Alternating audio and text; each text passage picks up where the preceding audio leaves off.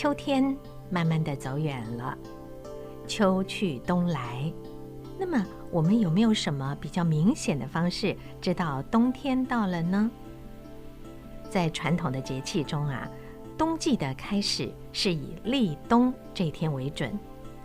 大家一定听过立冬，因为家里面妈妈多少都会做一些说是可以补身体的好食物，大部分的时候都是炖一锅非常棒的汤。为什么要补身体呢？因为进入立冬节气之后，气温的下降日趋明显。在民间的习俗中，立冬要进补，这当然也是因为过去的人们几乎都是以农耕或者渔猎为主，这都会需要耗费大量的体力。到了冬天，大陆型气候的冬天是会下雪的，非常的冷，没有办法工作了，于是就趁机好好的休养身体。当然在现代的生活中，因为我们无论到什么地方都有空调，就算是外面温度再低，在室内也不会觉得冷。要想想古时候的人哪能过这么好的日子。那么古人在立冬的这一天会做什么呢？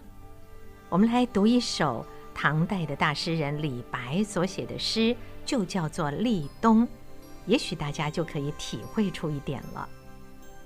他写着：冻笔古诗懒写，寒炉美酒时温。醉看墨花月白，恍疑雪满前村。这首诗真是太可爱了。天气冷的时候，大家常会说：哎呀，太冷了，冷到都不想动了。李白也是一样哦。他说什么呢？他说：冻笔古诗懒写，寒炉美酒时温。意思是说，今天啊可是立冬哦，天气很寒冷，连笔和墨都冻结了，没有办法好好的写字。那就干脆偷个懒，别写了吧，不如用屋子里温暖的炉火来温一壶热热的美酒品尝吧。哎呀，你说这个生活是不是太惬意了？接下来李白又说：醉看墨花月白，恍疑雪满前村。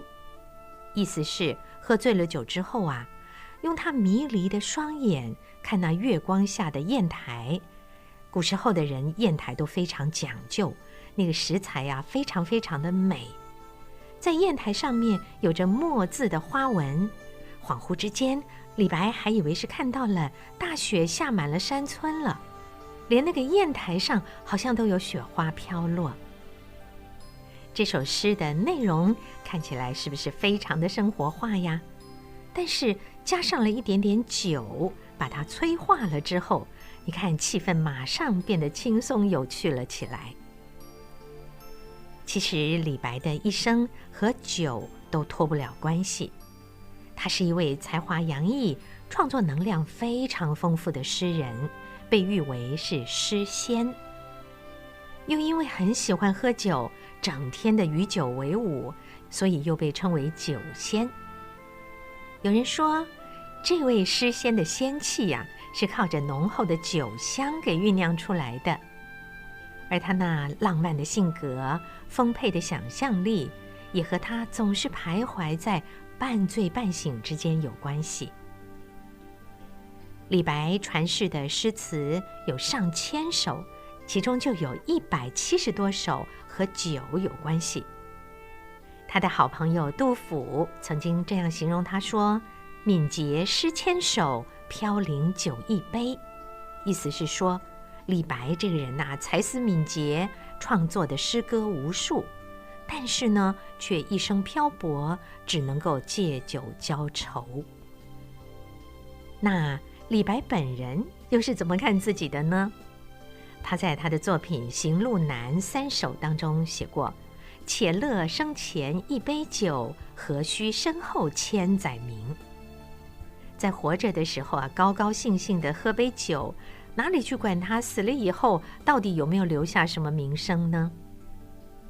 在《笑歌行》这首作品里，他也说：君爱身后名，我爱眼前酒，饮酒眼前乐，虚名何处有？可见得李白是把他对于豁达人生的想象和追求都寄托在酒上了。对李白来说呢，真正长醉不醒的是那些执着于功名利禄的凡夫俗子。不过李白也是因为如此的豪放不羁，一生几乎可以说是跟仕途绝缘。在他自由潇洒的背后，其实可以说是付出了不小的代价。好，这就是唐代大诗人李白的诗《立冬》。动笔古诗懒写，寒炉美酒时温。醉看墨花月白，恍疑雪满前村。在立冬的这一天，不管是小朋友还是大朋友，不妨注意一下妈妈给我们做了什么样进补身体的好食物，不要只记得自己吃，也要分享辛苦的爸爸妈妈哦。